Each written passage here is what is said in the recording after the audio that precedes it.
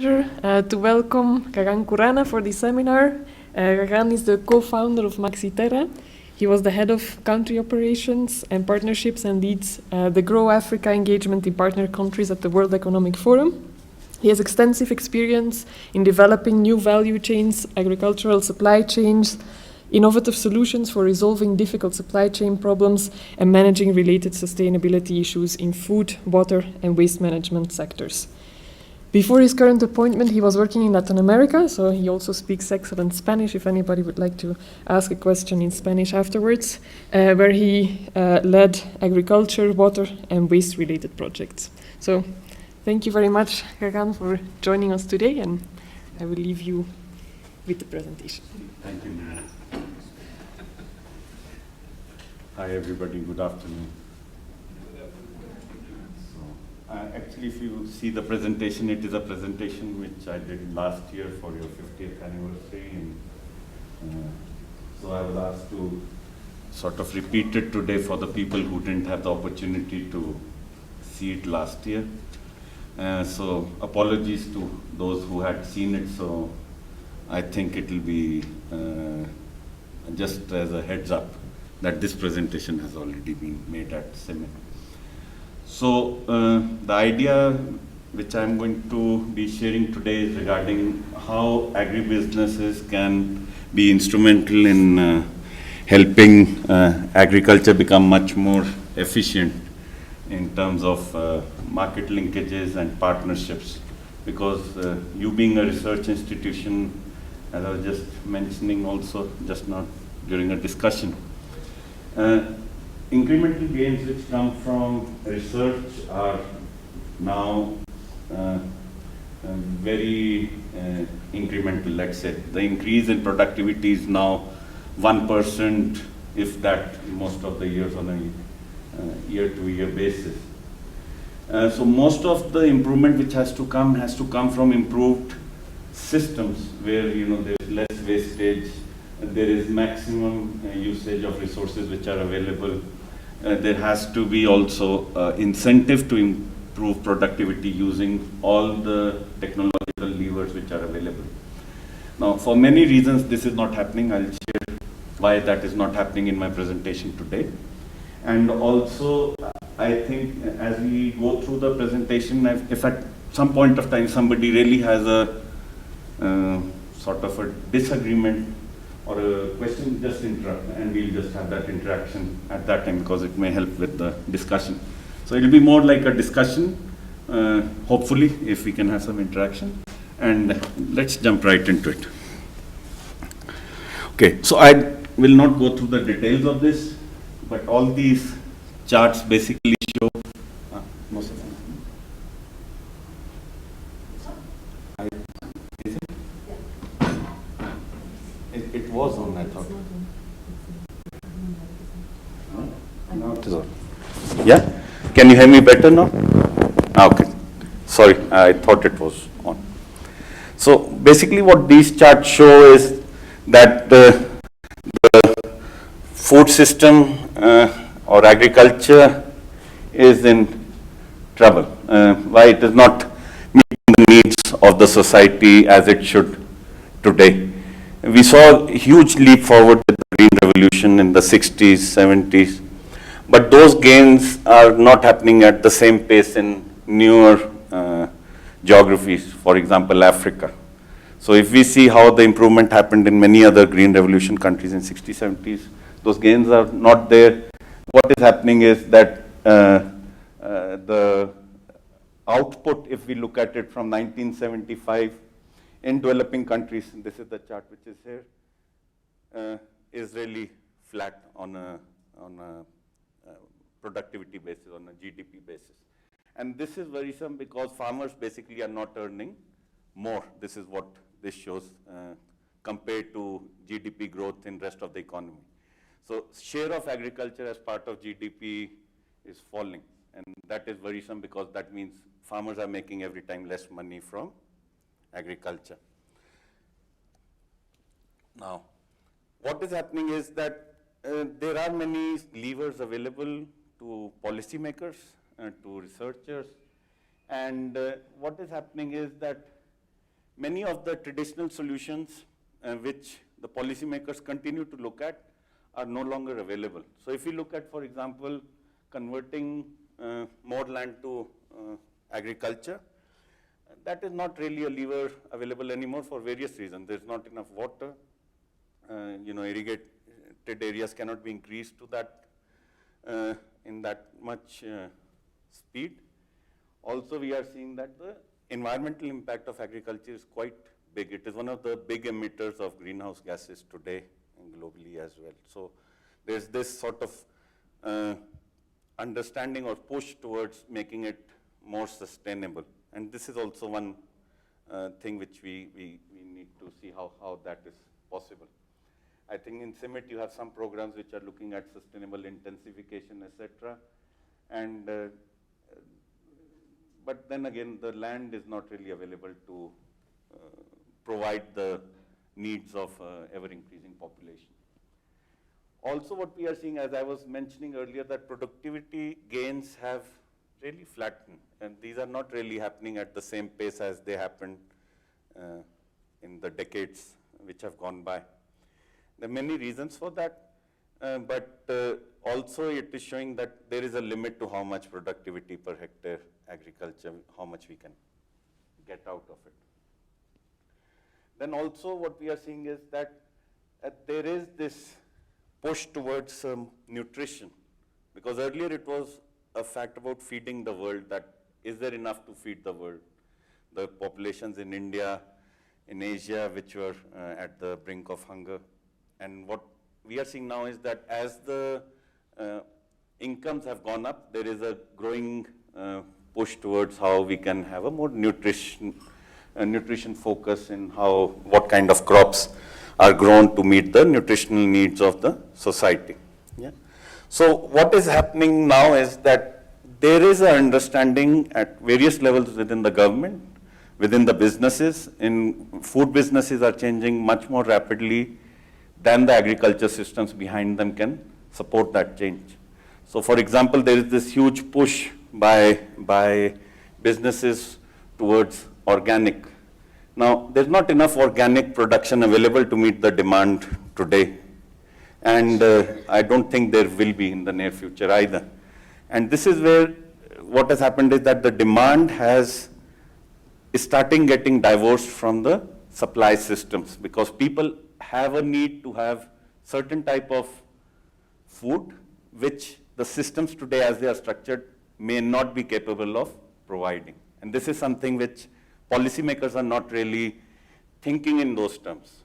It is mostly driven by the private sector, which is starting to think, okay, instead of trying to convince the policymakers to change how business is done or how the food production systems are structured, private businesses are going and creating their own supply chains in most of the geographies. And this is creating some interesting, let's say, dynamics in the market as well. And we'll see what is happening there. I will not go through all of this. We understand how exactly the value chain is structured. There's the R&D part, where CIMMYT is one of the leaders in many varieties of crops, especially wheat. Then we have the input distribution and adoption of new technologies. The extension services, how new technologies are adopted. We have the farming itself, the production systems. We have the trading and processing, and then we have the manufacturing, processing, retailing, all the way down. And then we have the consumer, how consumer is responding or what demands it is making, as we discussed right now. So I'll not go into the details of this. Basically, what we are seeing here is that when we start looking at it from the perspective of how the policy environment is supporting this construct which we have today, what is happening is that there is a gap, and I'll not go into the specific details right now. We have around 40 minutes today, but I think if there'll be any questions, we can try and see if there are any questions related to the structuring of the supply chains. Now, one thing which we are seeing is that the market linkage part in most of the emerging markets is the main driver of productivity. Now, this is a very critical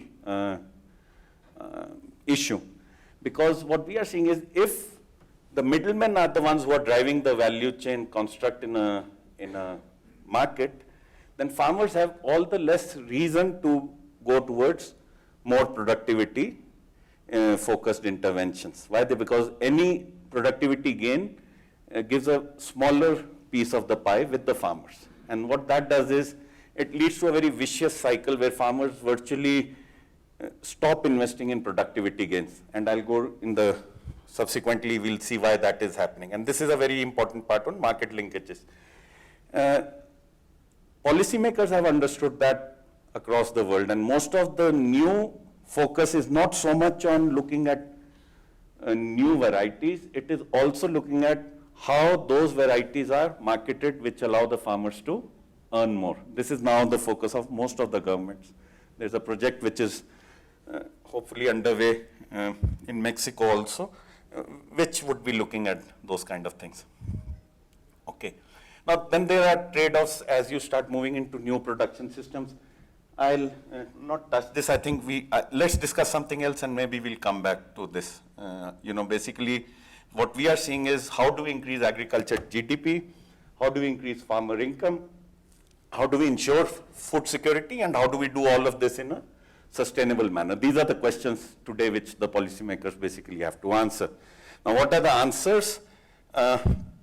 That's the multi-billion-dollar question now. So let me go here. And this I wanted to discuss. Maybe it will make some sense to the people who have been working with value chains, etc. This is an example from emerging markets and how the farmers take their decisions. We had done research with the University, Michigan State University had done some research on farmer incentives, on what leads a farmer to make certain decisions as they make a cropping decision. And number one thing which came out from that study and many other studies and interviews which have been done is that the farmer is focused on, especially the small farmer, is not looking at increasing his income per se, he's looking at minimizing his risk. So what he's doing is he's maximizing his risk mitigation levers in any decision he makes, especially where the farmers are marginal farmers. And this then leads to a series of decisions subsequently which has a big impact on the productivity itself.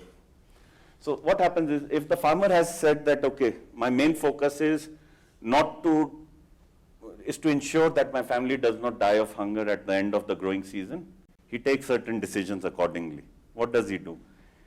What he does is he says, okay, what is the risk to me if I use the highest priced inputs or the highest quality inputs?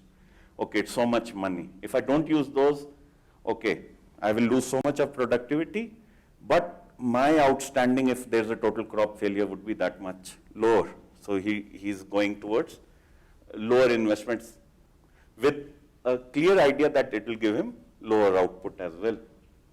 He obviously does not invest into the latest technologies. It is, you see, one thing which we saw was that most of the technologies at mechanization which is available today can allow the farmer to, there are these tractors which are satellite controlled, ultra high-tech pieces of technology.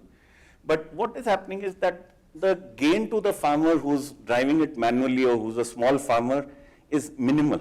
There is no thing that I'm going to use this precision cropping technologies available to me, investing millions of dollars into that technology. So what is happening there is that automatically the risk mitigation scenario which we are building up leads to that technology is available, but it is of no use to the vast majority of farmers in the world today.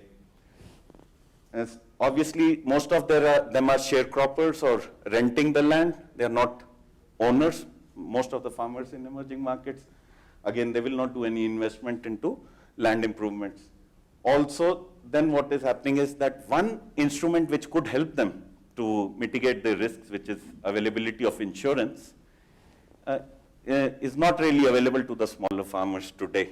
There is no insurance products which can help them, let's say, mitigate their production risk.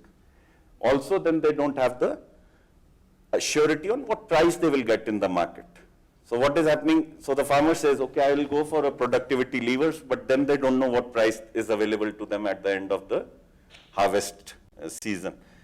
Countries which have overcome this problem, for example, countries like India, which are offering minimum support prices for certain crops, have seen a boom in those crops. One big sort of driver of Green Revolution was precisely this construct of assured prices and guarantee of offtake of everything which was produced. So that led the farmers to say, okay, at least my market risk is covered, and they then started looking at all the levers available to them to increase their productivity.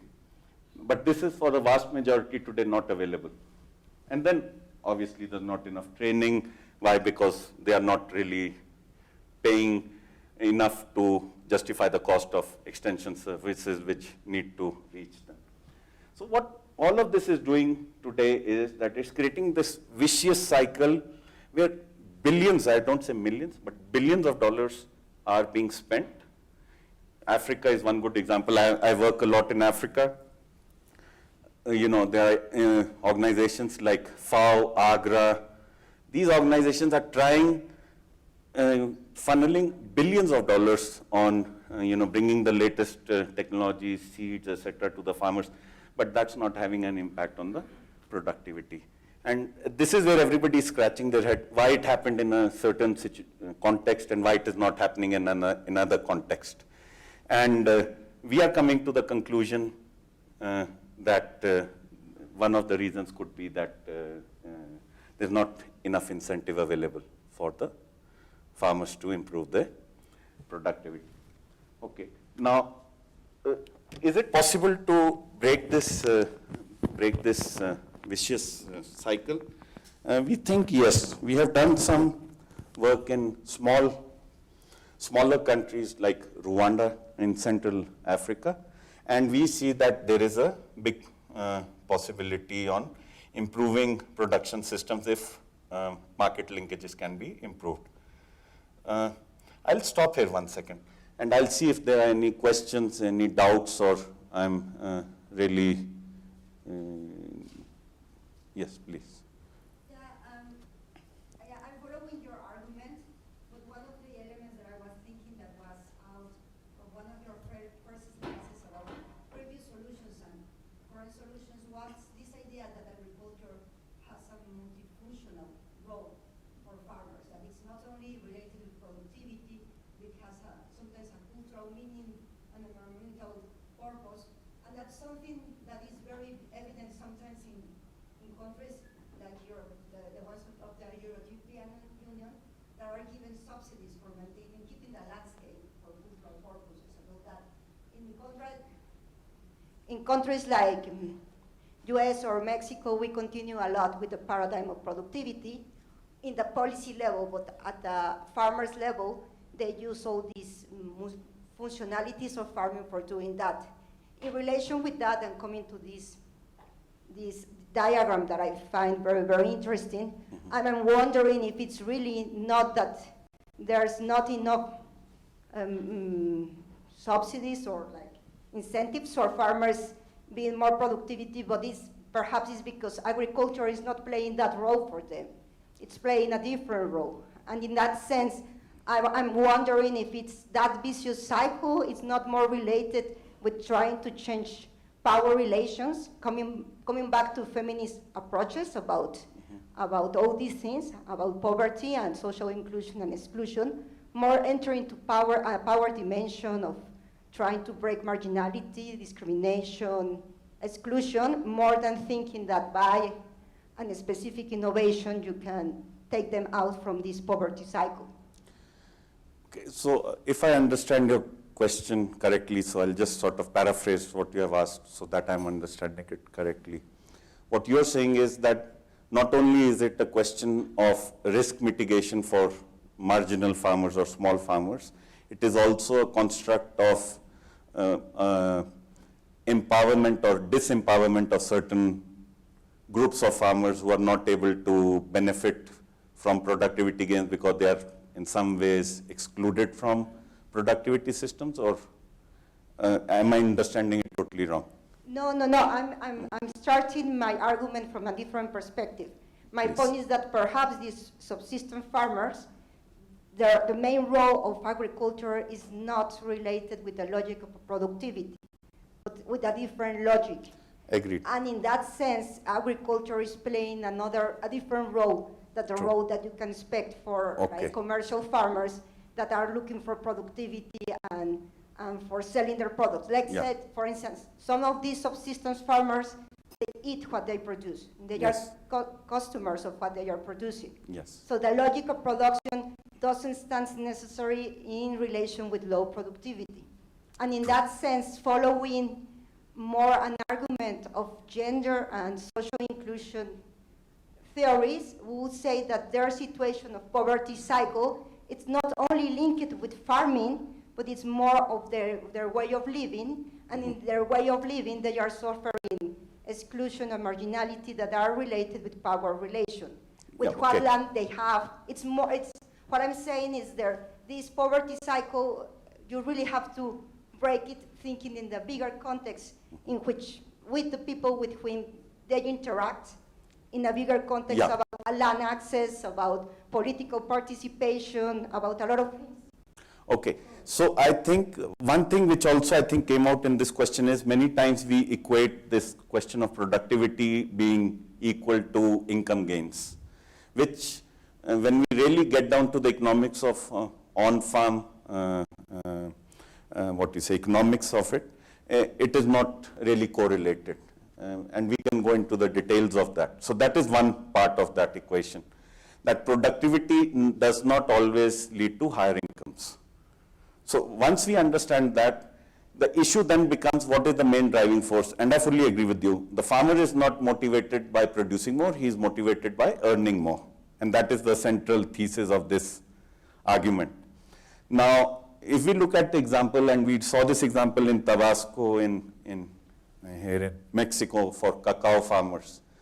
Cacao farmers are mostly not cacao farmers, they are either taxi drivers or construction workers in Villahermosa and other big cities of the state. And they use this as they call it the ATM with diminishing returns. Es un cajero automático que cada vez da menos, no? For the Spanish speakers.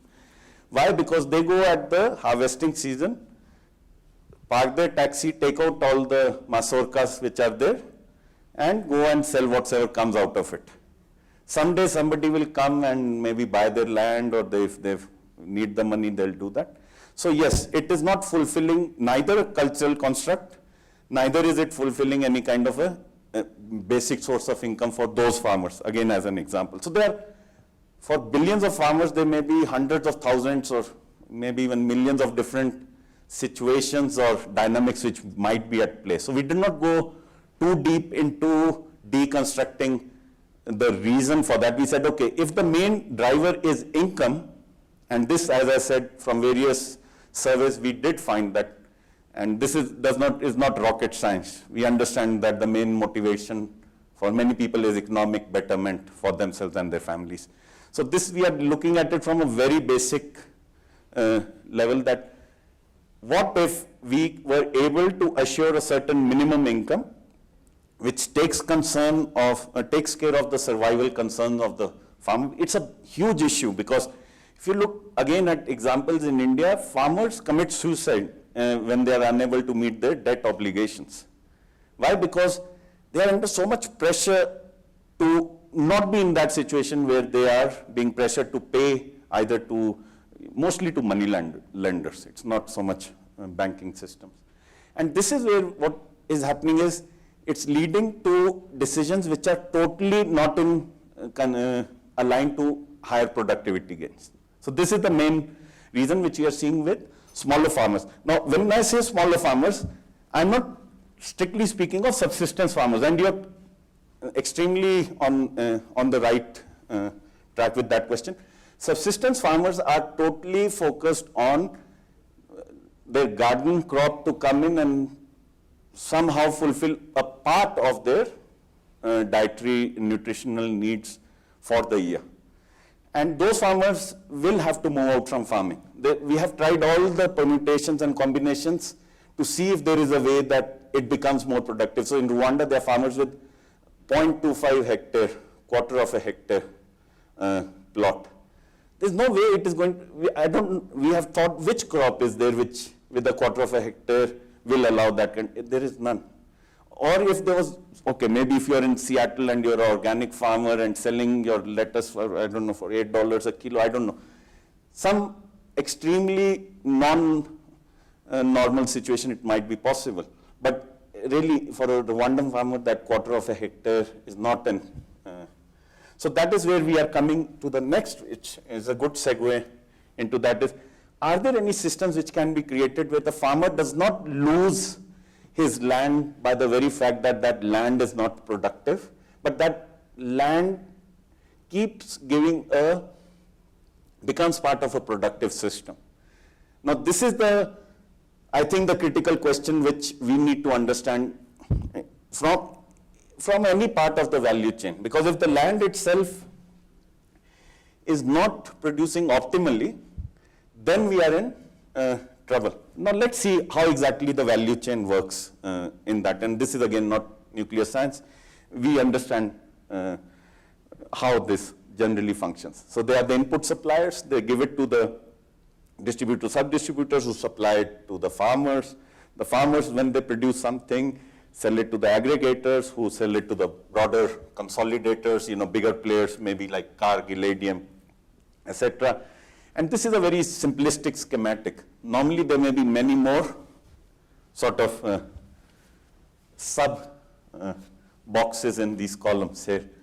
So what is happening is that the margin distribution of the value chain is crazily complex, totally non-transparent, and not structured to the benefit of the farmer.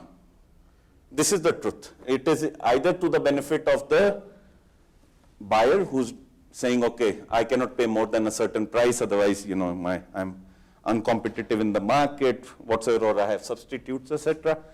Or it is to the benefit of the middleman, or it is to the benefit of input suppliers, etc.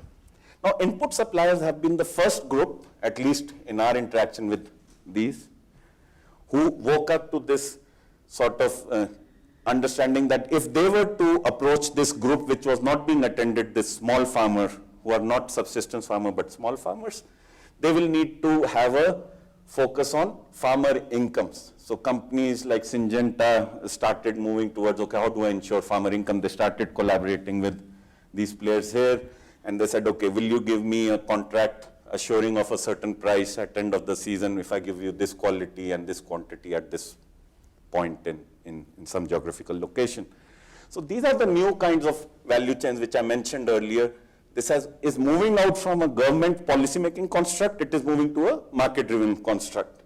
But again, what is happening is that many of the times there's not enough infrastructure available to the input supplier like Syngenta to go to millions of farmers and collect the necessary product and bring it to these people to fulfill their demands. Because what is happening is that most of this is controlled by the middlemen at the village level who are collecting all of this and putting it into the system. That's how it functions. Now this is where now there is an understanding that you have to create a public-private partnership. Now, and I'll come to the PPPs a bit later. The theory behind all of this is both these people here and there, they say, is it possible to pass on more money to the farmer without really affecting either my selling price or the buying price which I'm paying today? So Unilever or somebody else, these are all examples. These are not really, these are just sort of types of companies which could be there. So they say that can we ensure that we don't pay more than $300 a ton for maize, for example. And they say, is it possible I keep selling my seed for X amount of dollars per bag? And the answer is yes, but then they say, who has the money and from where do we pass on that money to the farmers? The answer is from the middlemen in the chain. So technology today technically allows you to do that. It allows you to say that, can I use mobile technologies to remove a set of middlemen and allow the farmers to have access at a better price? The answer is yes, but the problem which is happening with that is that middlemen are not taking it lying down. So there is this issue of, a farmer says, oh, I am told this is the price. So the middleman says, okay, you know what, you take your product, go and sell it at this price, whosoever gives you that price. So there is a mismatch happening today where even though the farmers have access to information, they do not have access to the supply chains themselves. And this is a very critical aspect of it. Information on its own means nothing if it cannot be converted into actionable outcomes for whosoever is having that information. Now, to overcome all of this, there are certain groups, this is the logic of it which I've already explained. Basically, what is happening is that the idea here is to create these public-private partnerships because companies do not have the resources or the infrastructure to really reach out to the millions of farmers and create these supply chain linkages which are required for this to function. So what is happening is they are reaching out to institutions, they are reaching out to government agencies, and they are saying, can we work with you in reaching out to these millions of farmers? And this is starting to happen, but the issue is that the moment you reach out to the government, suddenly there is this mismatch of how do you work with government agencies? It is not really in the DNA of the private sector, how do they work, etc. So this is where now there is a huge gap. So all the private sector companies, governments are trying to find out which are the ways we can work together in a public-private partnership mode. This is where instead of being focused, which was the traditional thing on let me see how do I get the next extra ton per hectare of productivity, they are saying, okay, before I look at the next extra ton of productivity, first let me see how do I ensure that the farmer gets a fair price in a construct which is not really driven by a MSP construct like with the example of India which I shared earlier, but which is more market driven but is much more efficient, which allows for passing of much more resources, financial resources to the farmers. So this is basically the logic behind these kind of discussions which are happening. CIMMYT also has been receiving requests because CIMMYT has a good program running in Mexico called Masagro, which has at least brought together farmer groups and structured them in a manner to be able to be for the outreach to happen. And this is being reflected also in the interest of the companies to interact with that program. Not only what the program can offer in terms of sustainable intensification, etc., but also in terms of what it implies in terms of reaching out to millions of farmers through money which has been spent from other resources which may not be purely private sector resources. Now, here, again, many words on this, my apologies, and if there are questions, we'll go into the details of that. Basically, what is happening is, I gave you a sort of flavor of what kind of interventions are happening here, or need to happen here for things to start to incentivize the right outcomes in each part of the value chain. I'll just focus on this part, which is where I think is the forgotten part many times. When we look at productivity, we are either looking at it from the technology perspective or we are looking at it from the, perspective of pure productivity on farm, that what are the action that the farmer is taking. Now, when we look at that, what we see is that a farm size which is of 2 hectares or 5 hectares or 10 hectares is not a viable farm size in many contexts in terms of ensuring certain efficiency parameters.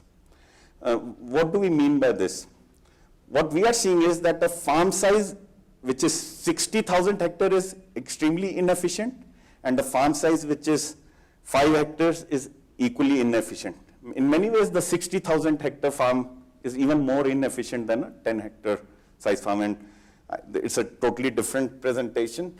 There has been a lot of research done on what is an optimal farm size. And the optimal farm size, looking at it from the perspective of, return on investment, capital investment requirements, et cetera, is roughly what we see is after 400 hectares, it starts tapering off, even goes down, because a 60,000 hectare farm requires a level of project management which is really not available at farms today. So what is happening there is, at a 400 hectare farm, the capital is available, the equipment which is purchased by the farm is fully utilized to its optimal use. Also, there is all the incentive for the farming or the farmer or the farming management company or whatsoever is that construct to get the maximum output from that farm. So from there, what we have said is it possible for the farmers to come together and create these farm sizes which are at least 300 to 400 hectares in size?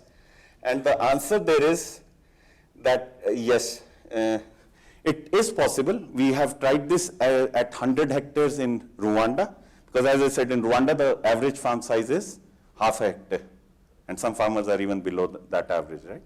So at half a hectare, when you go to a 100 hectare farm, you have roughly 200 farmers in that group. These are farmer cooperatives.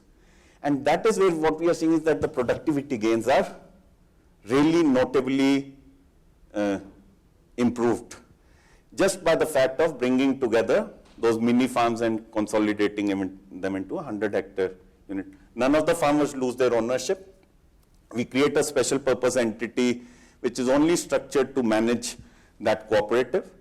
But that cooperative is not a political construct. This is a very critical part, because if we look at how cooperatives are structured globally, most of the cooperatives are structured as a political construct where there is a leader, and that leader responds to certain inputs from the local politician, and then there is a whole system of patronage. This is how it has traditionally functioned.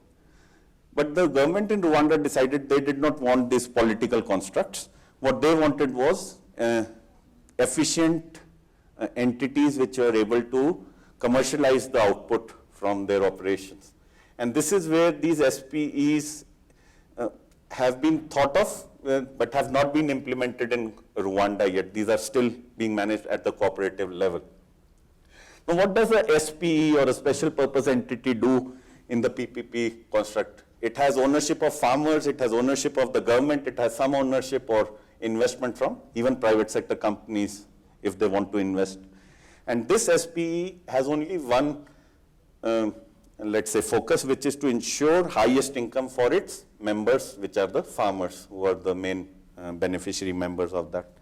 So what that does is it gives that issue of empowerment, where 100, 200, 300 farmers are able to negotiate much better. There is the issue of efficiencies, which we have just discussed, and we can go into those details also. And then there is the issue of scalability, because many of the things, many of the technologies require some sort of minimum scale. For example, drip irrigation is one good example. So if you have a certain scale, you can negotiate better contracts, you can go in for many things which you may not be able to do as an individual farmer. And that's why what we are seeing is that these PPP entities have a role to play.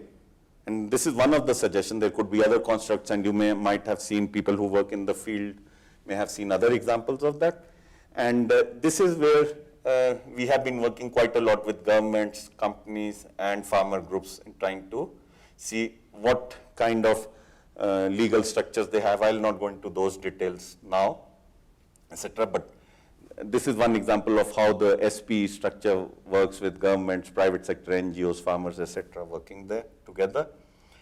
And what that does is, just to give you a flavor of this, people who are working in Mass Agro with farmer groups, etc., is that it is an autonomous entity. It does not respond to companies, it does not respond to the government, it only responds to its basic objective, which is increased farmer incomes. It is geographically very compact. It is not really having an area of operations which is more than 5 kilometers to 7 kilometers radius. It is a compact unit. Many times, bigger SPEs, it is contemplated, will not be more than 15 kilometer radius. 15 kilometer radius would mean tens of thousands of farmers in certain geographies, which we are discussing. In this case, 30,000 farmers would be managed. And what it does is basically coordinates everything which is to be coordinated for an efficient agricultural system. It coordinates with the companies, governments, buyers, etc., banks, etc. One big thing which we saw was that financing is a very big issue with farmers. Small farmers do not have access to finance at reasonable rates. And banks are unable to finance groups of farmers because there is an issue of collateral. What is the guarantee of that loan? So most of the times governments step in, they guarantee it, and then everybody loses responsibility because government has guaranteed it, farmer says, I'm not going to pay, there's a political issue, and then the government always ends up paying off those loans most of the times to the banks. Now what has happened is that the banks have seen that they can use the contract which comes from a company like Unilever as a collateral. And they are more than happy to accept it if it is supported by legal structures in the country. So if the legal law says that this contract has legal sanctity and farmers are obliged to comply with those contract conditions, suddenly you are able to unlock a huge chunk of financing which would not have been available otherwise. Because banks are not really keen on taking half a hectare of land as collateral and then trying to,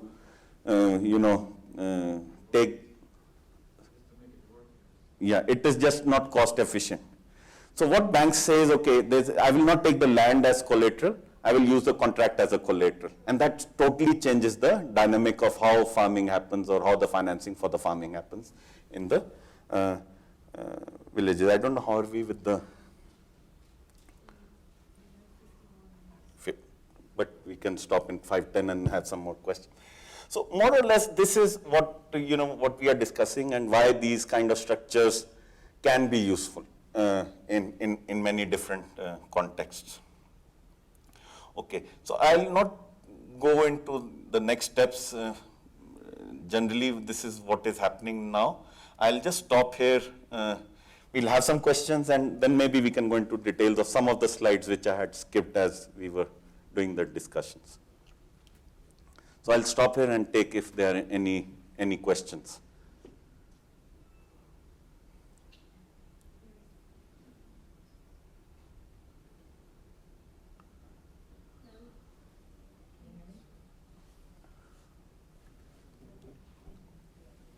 There we go. Can you hear me now? Okay. Thank you very much for your presentation. These special purpose entities, sorry, this may be sort of a random question, but is this kind of like what One Acre Fund is doing in Sub-Saharan Africa? So, do they do this type of model? So One Acre Fund is basically an NGO which works with village shops in creating these structures for farmers, where the village shop becomes the collection point and also the distribution point. And One Acre Fund, what it does is it sort of crosses all those middlemen and reaches the village shop directly most of the time. So it complies with that function which we saw of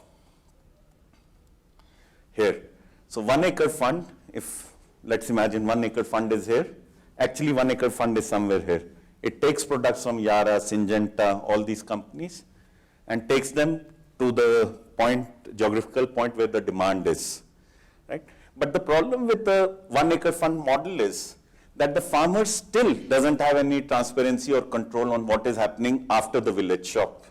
So One Acre Fund acts as the conscience of that village shop. It forces the village shop to comply with certain parameters. But One Acre Fund, even today, does not have the structure to be able to supply the needs over here. And this is where they are working now, and this is where they are moving, and they understand that aspect. So One Acre Fund is a NGO supporting the farmers on a village by village basis. And they are obviously trying to create these kind of structures, but not with the idea of an SPE. These are more informal linkages of farmers with the markets to that extent.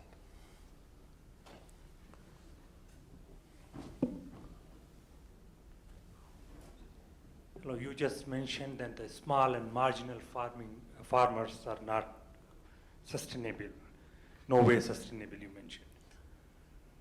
I have a question, like in 50s and 60s, those small farms were economically viable and functioning very well. What has happened in last 50 years that they have lost their economy and they are not sustainable today?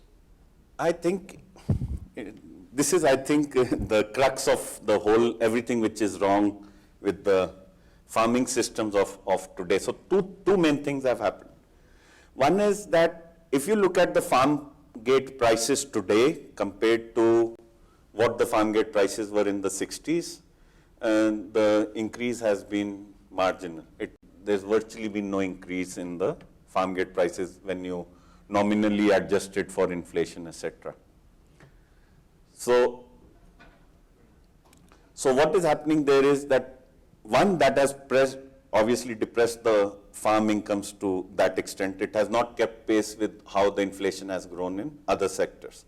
So a farmer in most of the contexts is not earning enough vis-a-vis, let's say, a taxi driver would be earning compared to a taxi driver in the 50s or 60s. Secondly is the type of crops which are viable or not viable. So for example, if it is a cash crop like cacao, 3 hectares is a good hectareage to have a reasonably good income from that.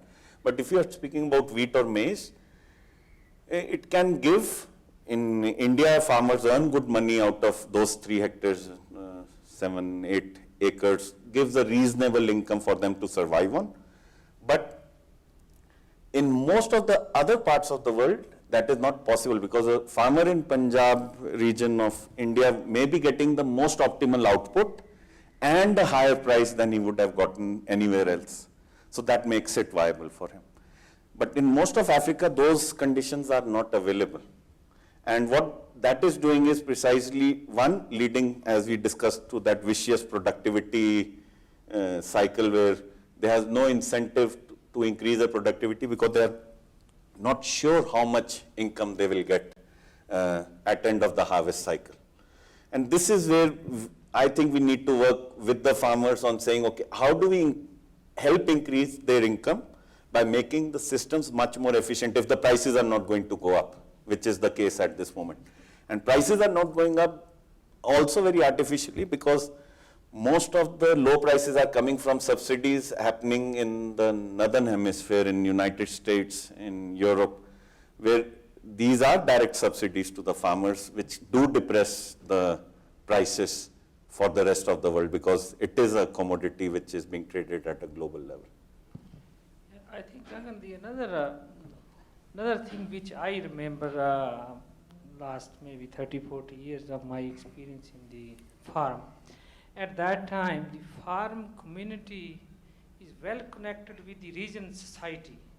So some people are doing different jobs and they depend on the farmers, farmers depend upon them. They are living in a system where they can share their expertise and using the resources to sustain their life. I think that was very common, because when we harvest the crops, in some of the section of the society working for the farmers, they come and take the food, and in response they are giving something to the farmers.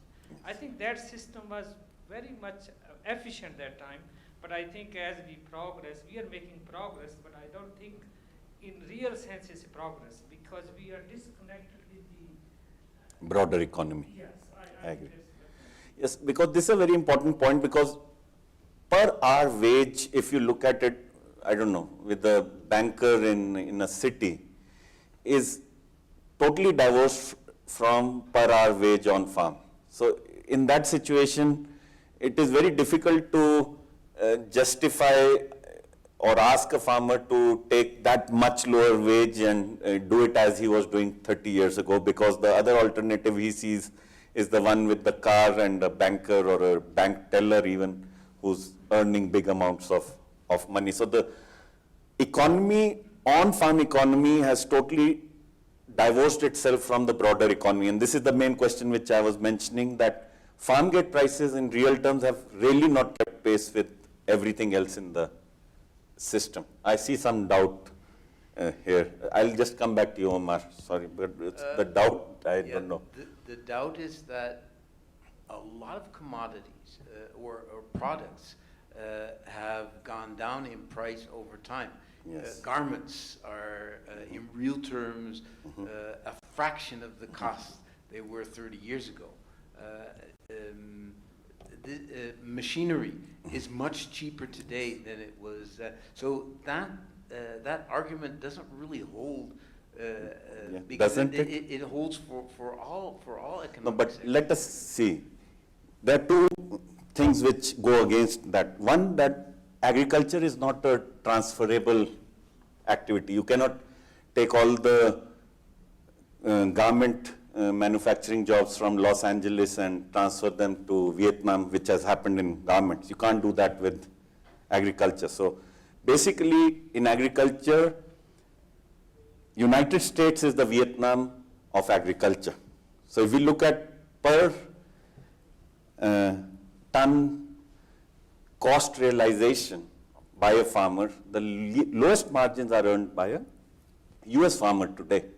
A US farmer works on $30 per acre. We have this economics down packed.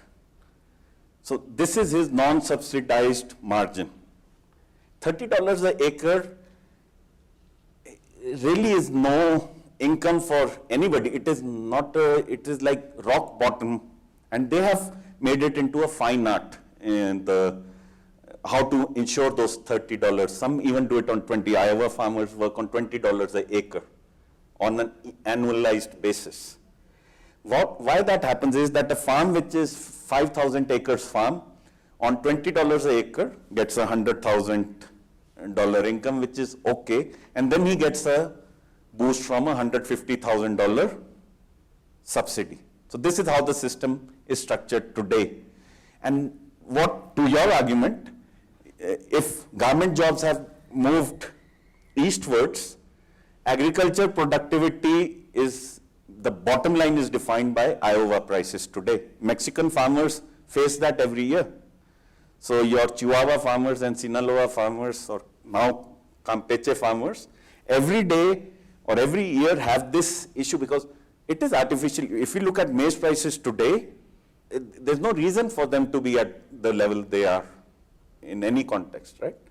So I respectfully but firmly disagree that farming has kept pace exactly with that phenomena. Only thing is that it is an artificially created phenomena where government is subsidizing, which could be the case in Bangladesh itself, where government artificially subsidizes these manufacturing activities by keeping food prices low or ensuring very low minimum wages, which is basically slavery-like conditions. So these are government-driven initiatives in many contexts, right? So this is where the situation is. We can't do much about driving the prices, but we can do something about how we structure the value chains where the farmer is able to get a bigger chunk of those prices. That's the argument we are making. So is it related to Omar again? Sorry, it is actually. we'll just come back. So on sort of along the same lines, Yeah. maybe just a few points. I think probably have to be careful with the analysis of the U.S. agricultural sector because it is a pretty diverse sector, and you could certainly say horticultural sector isn't enjoying the same subsidies and are competing very fiercely True. with Mexico and Chile and some Europeans. So I think that's sort of a I'm very discussing. special case that the Yeah, grain no, sector- I'm discussing this principally in context of maize and wheat, which I thought would be of interest Okay. here. But yes, we can discuss other value chains. But getting back to Gideon's point, so I guess my question is sort of how you're framing efficiency, and I would have thought sort of the conventional sort of where you don't block out the middle part there is probably a very efficient system in terms of getting cheap food to consumers in a quick way. It probably works, I would think. What I know, because you used a couple times cocoa, so I'll take that bit. you know, there's cases all over Latin America where big European and U.S. cocoa buyers have come in and tried to do exactly what you're suggesting. Yes. This is, NGOs been talking about this in Latin America for 30 years. How True. do we skip the middleman? But the reality is, many times, when we've tried to do it, we actually decrease efficiency. We get into we know it takes 30 years to develop a viable cooperative. It takes lots of time, lots of effort, lots of patience, lots of external services to help build cooperatives, to try to to build the kind of systems you're talking about. So I guess the point is this idea of, it's about scale. So we can talk about 1 acres, and we can talk about some other systems, and we can talk about a nice cooperative in Honduras and a nice one in Nicaragua or Mexico or wherever, but we don't get scale because the overall business environment isn't conducive. There's a real problem with lack of technical capacity in the rural sector. Business administration capacity is very low. No one wants to work in the rural sector. If you can, you'd much rather go to the cities. So if we don't start talking about sort of this larger framework in which all this takes place, we're never going to get scale, and then you're going to have, I think basically what you're suggesting, for me at least, is a reduction in efficiency. It's not an increase in efficiency. Okay, so I fully agree with the argument which you are making, is that in the traditional system, when you try to create the capability in the cooperative, that is the timeline we discuss. Maybe 20 years, somebody may say 15 years, but we are discussing those kind of timelines. But what we are saying with the SPE is that the cooperative itself, we don't need to transfer capabilities into the members of the cooperative, which is the traditional way of doing things. Why? Because we are trying to make a farmer into an accountant, into a manager, into anything else. And we have lots of examples where this kind of SPEs have functioned. So we have the world's biggest cooperative, or the most cooperative with the most turnover, Fonterra in New Zealand, $10 billion plus behemoth, actually does not hire farmers to manage the administrative functions of Fonterra. These are all professional managers coming in from the best business schools or universities or what have you. So what that does is that it allows for the coming in of the talent without the need to incubate that talent into the cooperative over a 30-year period. So that's and this is where the SPE comes in. This is a mini Fonterra, which is basically saying, can we bring in sufficient scale to an operation where the talent can come in and manage that operation to the benefit of the farmer. So that is the first part, and I agree with you, it was not clear from the presentation. This is the curse of working into a thing so deeply that you automatically assume that part is clear to the audience, and my apologies for that. Now the second aspect of efficiencies is that a middleman is a very efficient, it's like a shark, a very efficient machine to do what it is meant to do. The problem is that efficient machine tries to keep most of the meat for itself. It does not pass on those efficiency gains to the farmers. And this is the basic problem today of the system which exists. Most of the gains, so if you go to Africa today, the middlemen who are doing, or coyotes here in Mexico, would be going in their Ford Lobos or whatsoever it is. The farmer continues with his donkey or the thing which is equivalent. This is where the problem is, that can we pass the efficiency gains? Sorry, please. I think you have a question. No? Okay, I thought there was. Okay, excellent. So that is the question which we need to answer, that, okay, is there an alternative system where the efficiency gains or efficiencies which are there in this kind of system can be passed on to the farmer, and what construct that takes? And that is, I think, the debate which we need to have. There's one more question. So what was do you have an analysis, what was okay. So do you have an analysis, what was the fraction of profit from the farm was going to middleman and private sector in 60s, and what is the fraction of profit and margin going to private sector and middleman today's agriculture. I think private sector is replacing middleman. And we are going into a system of more input, more Yes. pesticide, more. Yes, I agree. And everybody, even in value chain, I don't see the beauty and use of non-monetary input, which can play a major role. Sorry. No, before I answer that, let me ask the question because it's done. The question has been answered. Okay. So just to that point, we don't have the comparison from how the value chains were structured in the 60s, and I don't know if it is actually. If it's there.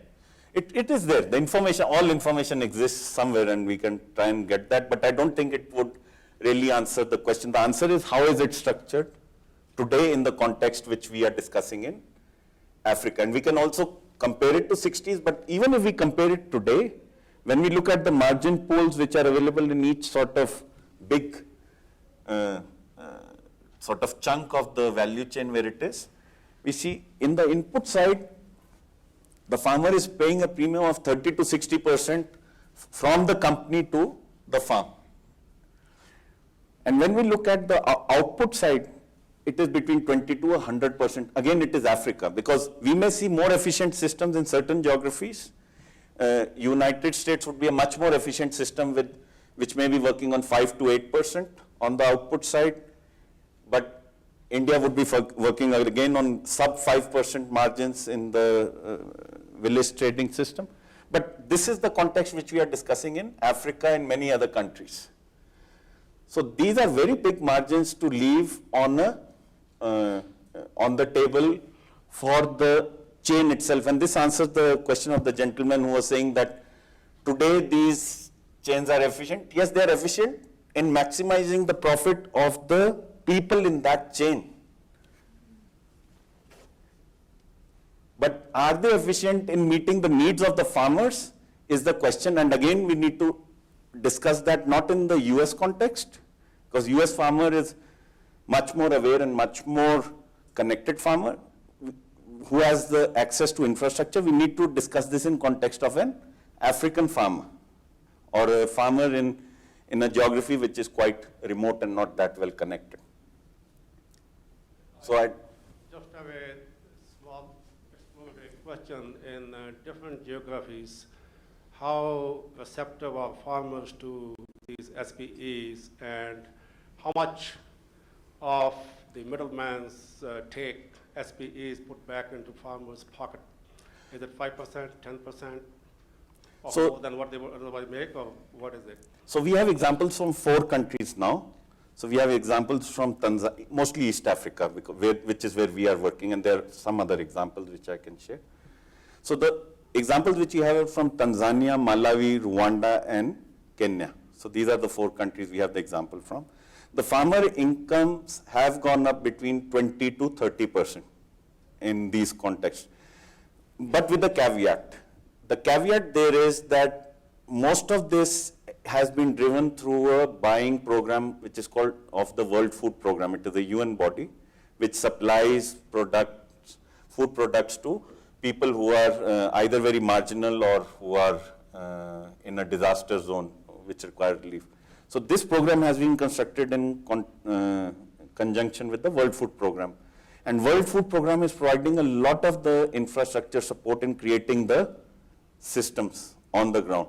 So what is happening is there is an inherent subsidy there implicit in it in structuring that system, which if we really look at the cost of that, it would not really be replacing the middleman, and to that point that the middleman is much more efficient than the World Food Program.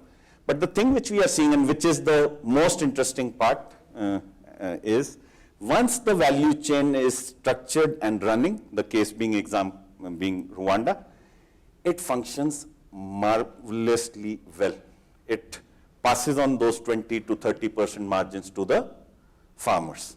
We think it can even go up if the efficiency gains on the farm productivity get realized. Because today what is happening is we are only focused on value chain improvements. We are not pushing that much on productivity improvements because we are saying that will happen automatically once the farmer income goes up. So that is the hypothesis there. We are in the 3rd year now, and hopefully soon we should start seeing also productivity gains commensurate with the whole system, that they should go up.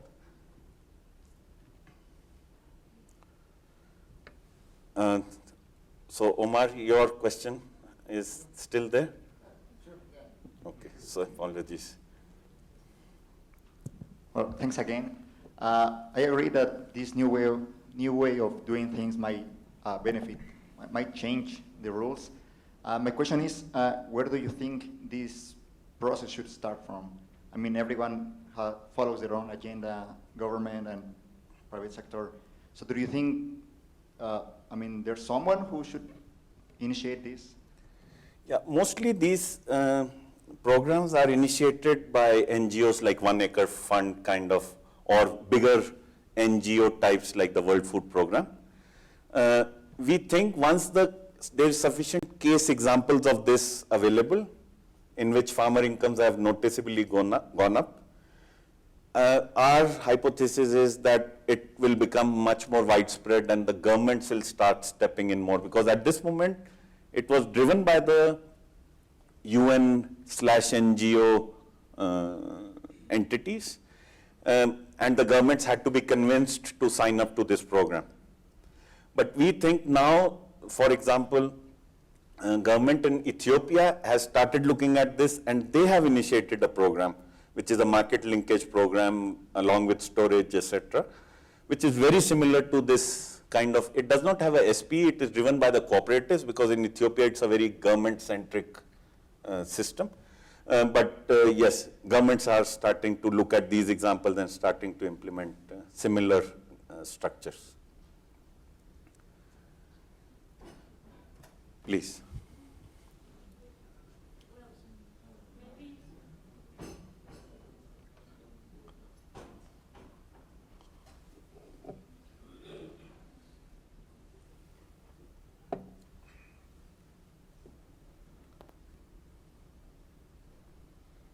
Maybe with my comment, I'm going out of the frame that we have here.